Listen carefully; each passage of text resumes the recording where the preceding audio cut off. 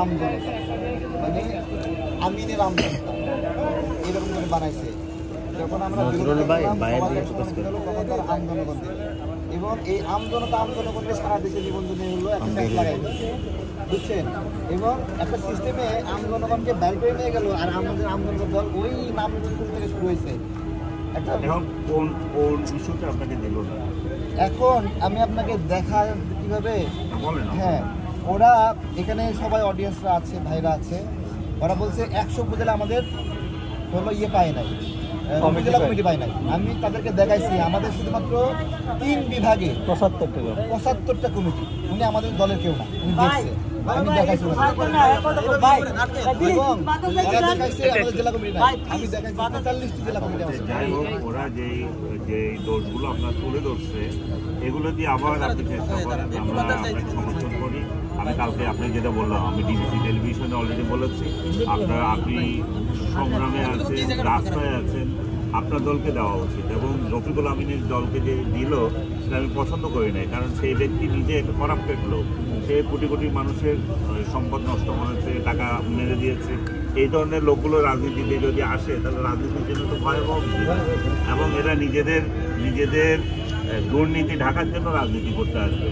সেই জায়গায় আমি আর কথা বলছি, শুধু রফিকুল আমিন না, এরকম সবার ক্ষেত্রে একটি হওয়া উচিত। এদেরকে এইসব দুর্বৃত্তদেরকে রাজনীতি থেকে তাড়াতে হবে। তো সেই জায়গায় আপনার দল আমি সমর্থন করি। আপনি যেভাবে রাস্তায় জুলাই যোদ্ধা একজন, আমি জুলাইতেও আপনার ছবি দেখেছি রাজপথে আপনি ছিলেন। আমরা হয়তো ওইভাবে সাংবাদিক হিসেবে আমার পক্ষে সম্ভব না রাস্তায় নামা। দেশপ্রেমিক ব্যক্তিদেরকে যদি মূল্যায়ন না করা হয় তাহলে দেশ কিভাবে মানে আগে এগিয়ে যাবে? তাই আমরাও চাই সবাই নির্বাচন কমিশন যাতে আপনার এই দলকে নিবন্ধন অনুমোদন দেওয়া হয়, উদাত্ত আহ্বান থাকলো আর কি। এখানে একটা ফ্যান নাই, এটা আসলে বিষয়টা অনেক কষ্টকর। কমিশনার সত্ত্বেও আমজনতা দলের তার এই ভাই অসুস্থ হয়ে পড়ছে, দেখেন আপনারা সবাই একটু দেখেন, তার প্রেশার মাপতেছে, প্রবীণ হাসপাতাল ডাক্তার আছে, এই যে মুহূর্তে তারেক ভাই প্রেশার মাপতেছে। ভয়াবহ একটা বিষয়, এবং এটা তো জুলাই স্পিরিটের সঙ্গে যায় না। তো যখন যারা জুলাই যোদ্ধা বলেন বা বাংলাদেশের স্বাধীনতায় বিশ্বাস করে বা মানুষের সংগ্রামে আছে, তাদেরকে রাজনৈতিক দলে নিবন্ধন না দিয়ে এই ধরনের দলকে নিবন্ধন দেওয়াটা একটা হতাশাজনক। তো আমি মনে করি যে, আমি আশা করি সিইসির ব্যাপারে আমি খুবই আশাবাদী, বা ওনার দৃঢ়তা নিয়ে, ওনার সততা নিয়ে আমি আশা করি যে উনি তার ব্যাপারটা হয়তো পুনর্বিবেচনা করবেন।